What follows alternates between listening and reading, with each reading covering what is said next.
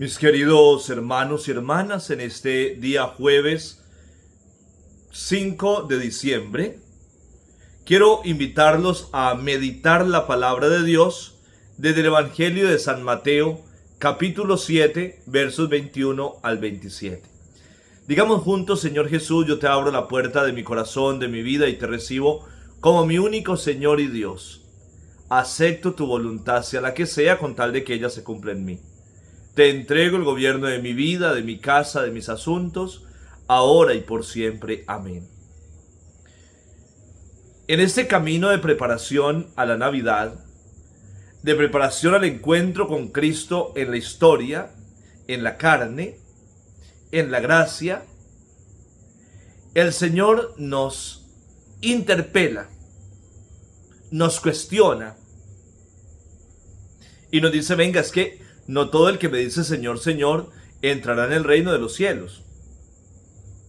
Porque a veces nos podemos ir acostumbrando e instalando en un cristianismo de rezos, en un cristianismo de ir a la iglesia.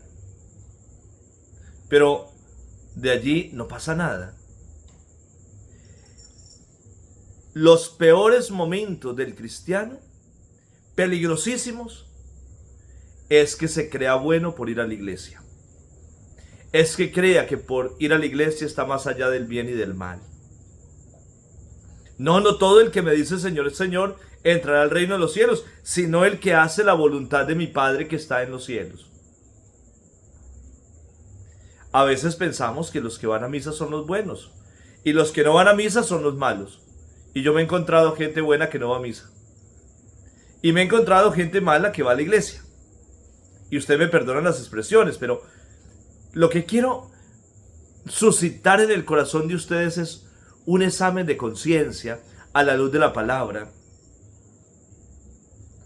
Porque escuchaba a ese sacerdote mexicano de los Monteros que decían: ¿cuántos en la iglesia creen que colaboran en la iglesia porque leen, porque van a misa? Y no. El que escucha las palabras del Señor y las pone en práctica es un hombre prudente que edifica su casa sobre roca. Su fe se establece en Cristo y es capaz de amar la iglesia y de seguir a Cristo en la iglesia, sin importar el sacerdote, sin importar la comunidad, sin importar nada. Ama a Cristo y ama a la iglesia. Y lo único que quiere es agradar al Señor y glorificarlo. Pero cuando no seguimos a Cristo y no queremos hacer la voluntad del Padre, es cuando manipulamos, cuando tenemos unas prebendas en la iglesia, o cuando condicionamos nuestro servicio a que se haga esto así o asá. ¿Cómo estás edificando tu vida, tu casa? En cambio, el que escucha mis palabras y no las pone en práctica es como un hombre que edifica su casa sobre arena. Cuando vienen los vientos, todo se derrumba. No hay nada más hermoso que una fe probada. No hay nada más hermoso que un cristianismo cuando entra en crisis y en la crisis se fortalece. No tengan miedo a las crisis. No tengan miedo a los cambios. No tengan miedo a aprender y desaprender. No tengan miedo a dejarse interrogar por la palabra de Dios. Nunca nos creamos buenos. Nunca nos creamos hechos. La vocación cristiana es a caminar detrás de Cristo, no a la par ni delante. Y ese llamado al discipulado es un llamado a aprender todos los días de Cristo, de su iglesia, aprender en la palabra.